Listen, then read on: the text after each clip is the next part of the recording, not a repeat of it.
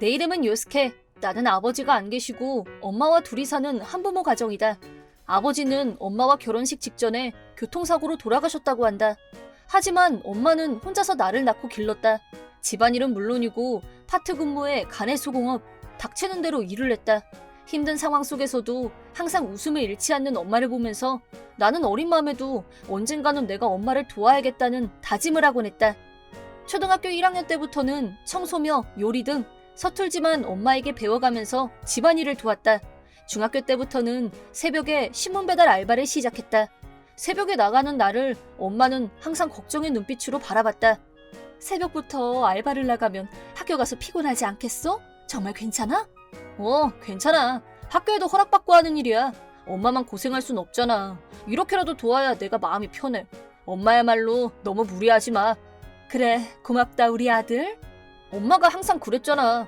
열심히 꾸준히 노력하고 포기하지 않으면 뭐든 이룰 수 있다. 어떤 상황에서도 이것만은 잊지 말라고. 난 이 말이 참 좋아. 힘이 솟는 것 같아. 요스케, 엄만 네가 바른 마음을 가진 아이로 자라줘서 정말 흐뭇해. 고마워. 고등학교에 진학한 후로는 낮에는 학교에서 공부를 하고 방과 후에는 편의점에서 알바를 했다. 저녁 시간이 시급이 좀 더 높았기 때문이다. 학교가 쉬는 날에도 하루는 쉬고 나머지 하루는 알바를 꽉 채워서 했고 조금이라도 가정에 보탬이 되기 위해 열심히 일했다. 워낙 여유 없이 지내다 보니 학교에서는 딱히 얘기를 하는 친구가 없었고 다른 아이들이 즐기는 학창시절이라던가 그런 즐거움은 내겐 못 얘기였다. 하지만 나는 내가 불행하다고 생각하진 않았다. 가난했고 친구를 사귈 여유도 없지만 세상에서 제일 좋은 엄마가 있으니까 엄마와 서로 의지하고 돕고 같이 웃는 것만으로도 충분히 행복했다. 편의점 알바를 마치고 집으로 돌아가던 어느 날 밤 폐기 처분된 도시락과 음료수를 평상시처럼 받아서 집에 가고 있는데 편의점과는 어울리지 않는 검은색 고급 승용차가 주차장에 있었다. 자동차 앞에 걱정스러운 얼굴을 한 딱 보기에도 집사러 보이는 남자가 서 있었다. 저 차 아까부터 계속 저기 저러고 있어. 저거 리무진 맞지? 나 진짜 눈으로 처음 봤잖아. 사진 찍어서 올리고 싶어 미치겠다. 손가락이 간질간질. 그 손 잘 챙기세요. 괜히 찍었다가 큰일 날 수도 있어요. 저 먼저 갈게요. 수고했어. 집으로 가는 길에 있는 꽤 큰 공원을 지나가고 있을 때였다. 사람들 눈에 잘 띄지 않는 곳에 어떤 여자아이가 벤치에 혼자 앉아 있었다. 한눈에 그 여자아이가 같은 학교에 다니는 마사키라는 것을 알았다. 마사키는 학교에서 제일 예쁘고 공부도 잘하고 넘사벽인 아이였다. 아버지가 국내 굴지 대기업의 사장인 셀럽 중에 셀럽인 집안의 딸이다. 게다가 누구에게나 친절하고 밝고 겸손한 인성까지 겸비한 완벽 그 자체, 진정한 넘사벽이었다. 그럼 미사키가 벤치에서 혼자 울고 있다니. 나는 걱정이 돼서 다가가 말을 걸었다. 저기, 안녕, 너 미사키 맞지? 너는 나랑 같은 반. 맞아. 나는 요스케라고 해. 안녕. 미안해. 내가 사람 얼굴하고 이름을 잘 기억 못하는 편이라서. 아니야. 그런 거 상관없어. 근데 너 이 시간에 여기서 왜 이러고 있어? 별거 아니야. 그냥 마음이 좀 불안해서. 무슨 일인지 물어봐도 돼? 너 지금 나 걱정해주는 거지? 고마워.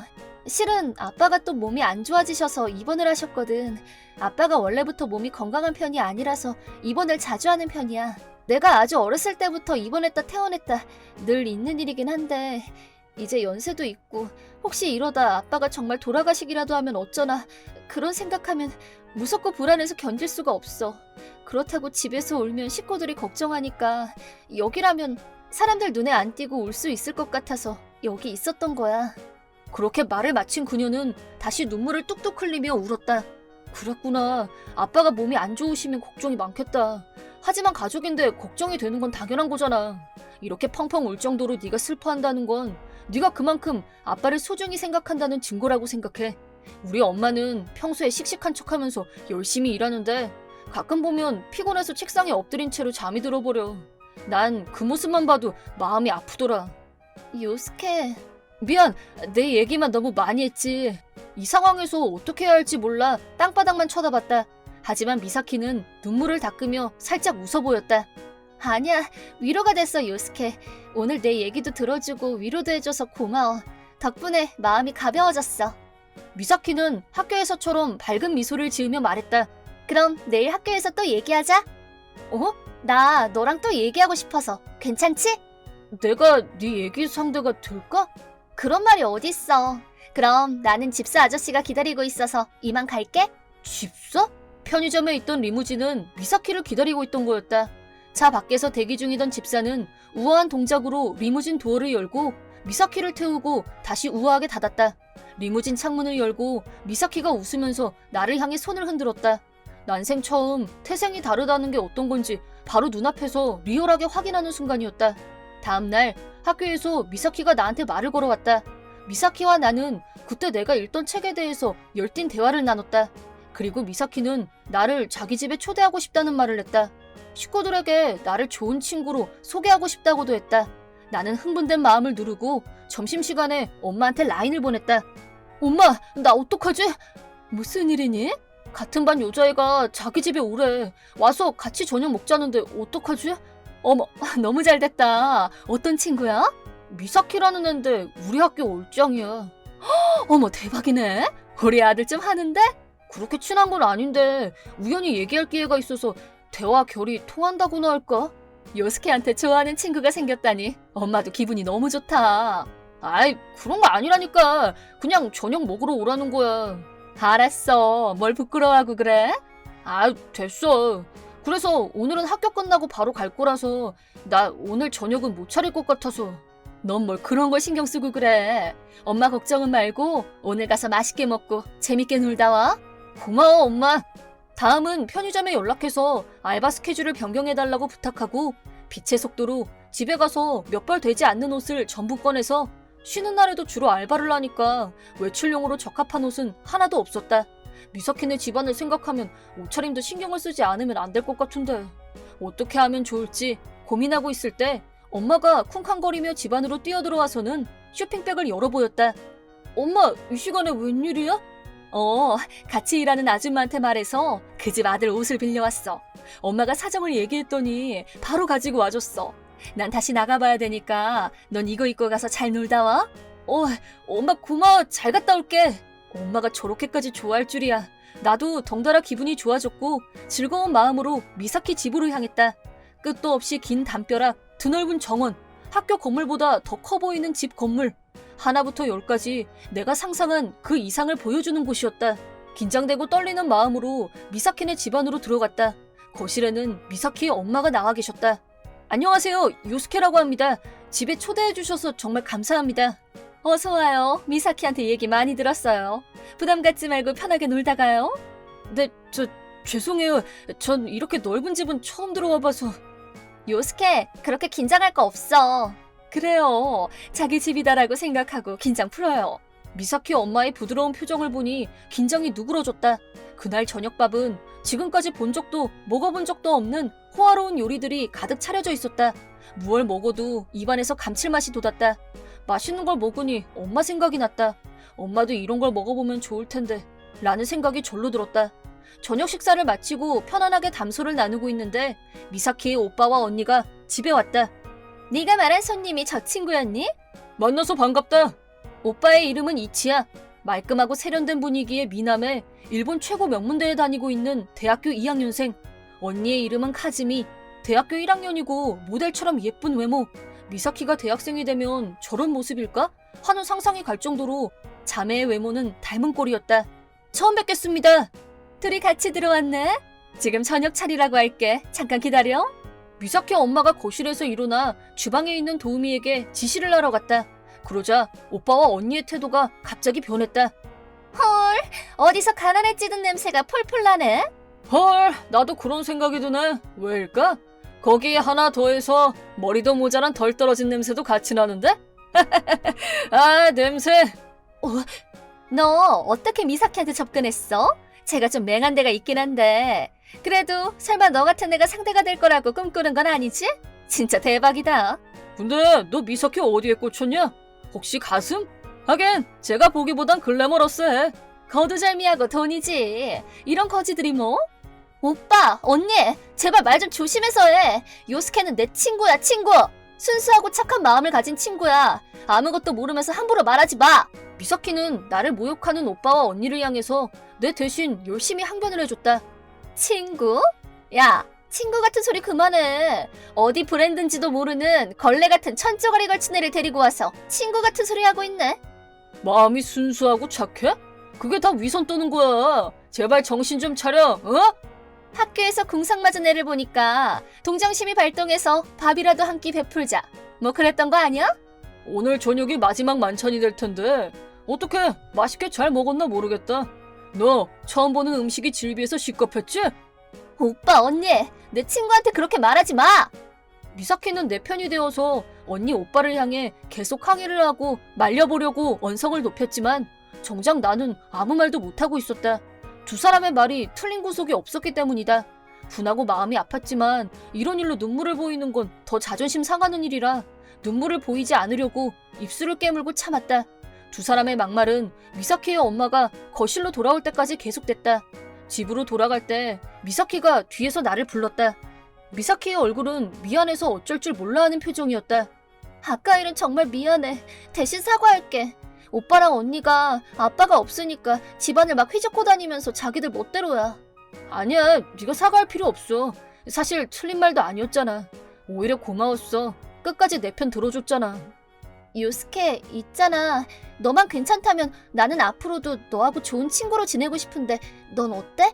응, 나도 잘 부탁해. 아까 들었던 미사키 오빠와 언니가 쏟아낸 폭언들은 두고두고 자존심에 심하게 상처를 남기는 말들이었다. 하지만 그 말은 내 오기를 자극했고 공부도 알바도 예전보다 더 열심히 하게 만들었다. 그 후로도 나는 미사키와 좋은 친구로 지내면서 학교 생활을 잘 보냈다. 정답이 없는 수많은 고민들, 공부에 관한 얘기, 재미있게 읽은 책 얘기, 가족 이야기, 쉬는 날에 뭘 할 계획인지 등등 미사키와 가까이 지낼수록 점점 그 애가 좋아졌다. 하지만 우리는 환경이 너무 다르다. 언젠가 이런 시간도 끝이 날 거라는 생각을 하면서 수업이 끝나고 집으로 돌아가는 길을 언제나처럼 미사키와 걷고 있었다. 강둑길을 걷고 있을 때 미사키가 이런 말을 꺼냈다. 요스케, 나 너 많이 좋아해. 나하고 사귀지 않을래?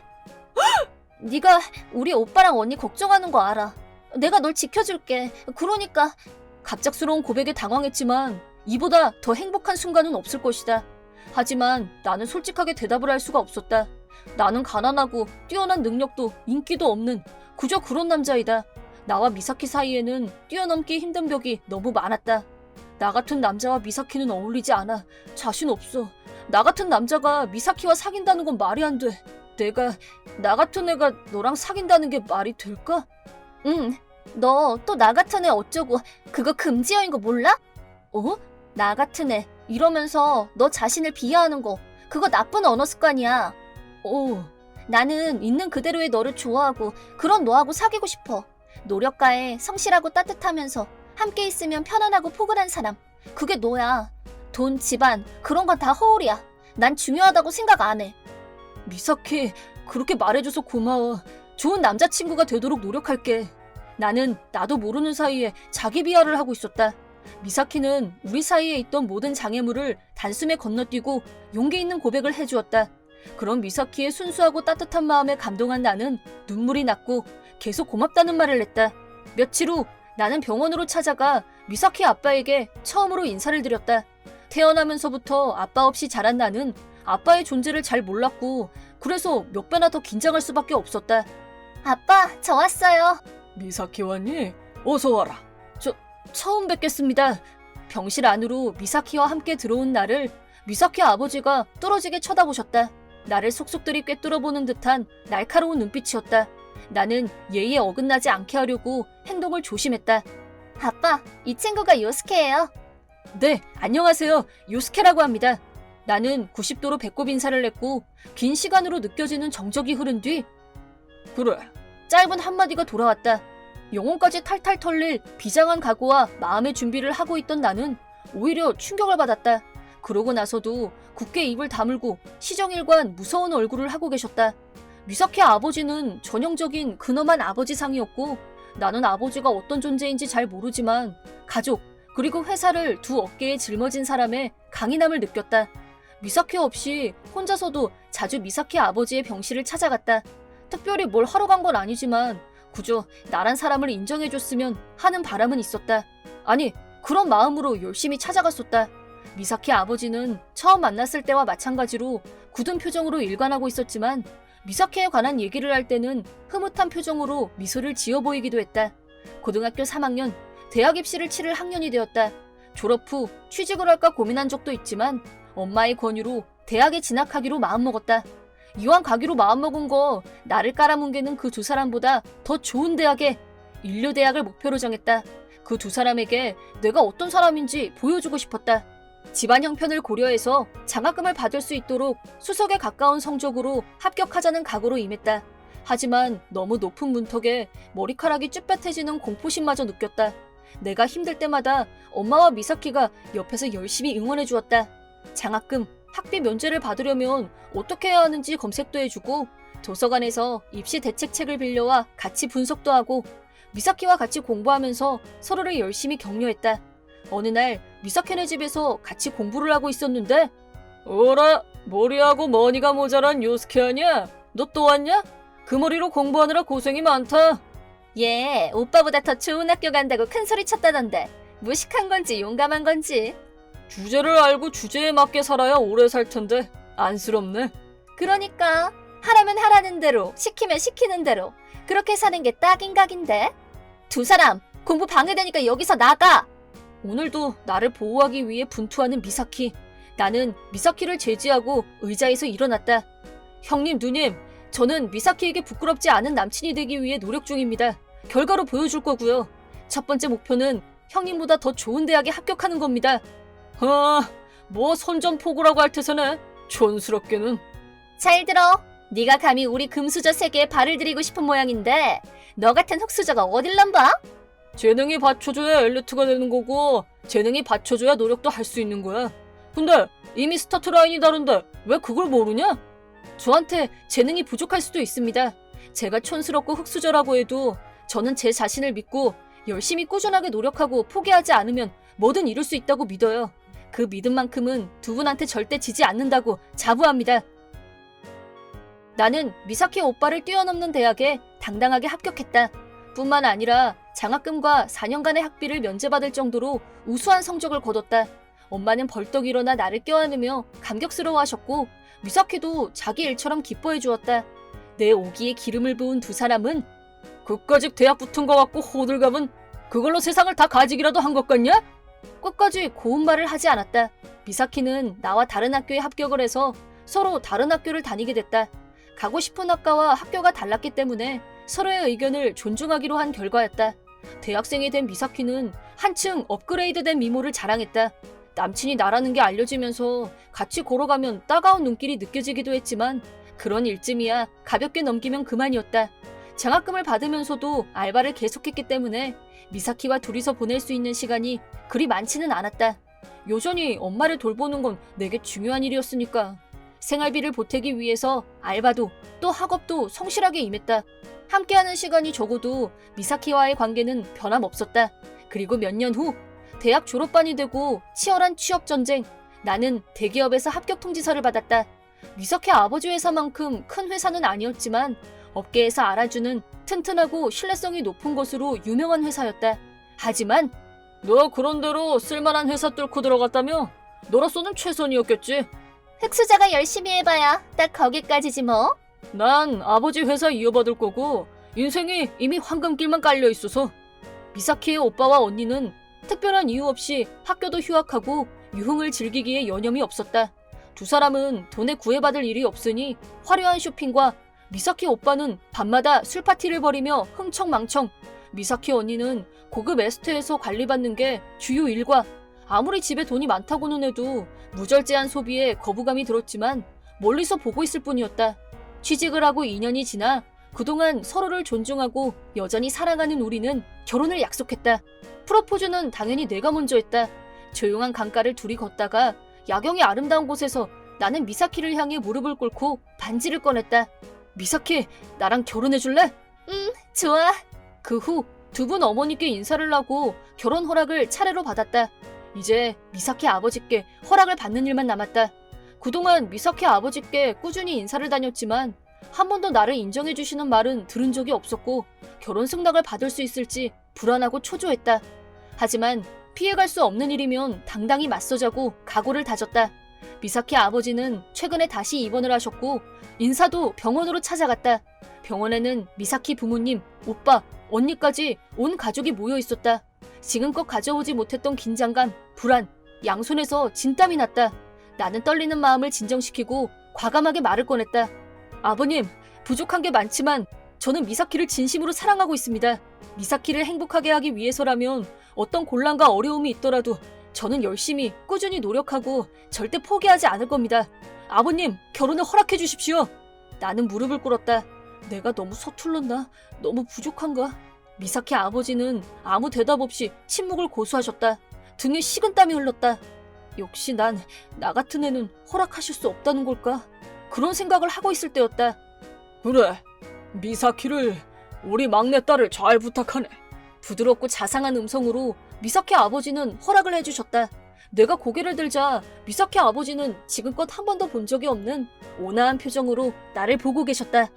아버지, 진짜 허락하실 거예요? 이런 애들 아버지 재산, 아버지 회사 노리고 접근한 게 뻔하잖아. 미사키 오빠와 언니가 격렬하게 반대했지만 아버님은 요스케, 난 이미 오래전부터 자네 마음에 들어했네. 두 사람이 아직 고등학생일 때 같이 병문안을 왔었던 거 기억하나? 사실 그때 첫눈에 저 녀석이라면 우리 미사키를 평생 아끼고 행복하게 해주겠구나 하고 생각했었어. 저 양반이 원래 긴장을 잘하는 성격이라 얼굴 표정이 딱딱해지거든. 그거야 뭐 전성이 그런 걸 어쩌겠어. 숙기도 없어, 저 나이 되도록. 우리 이제 관문 다 통과했다, 그치?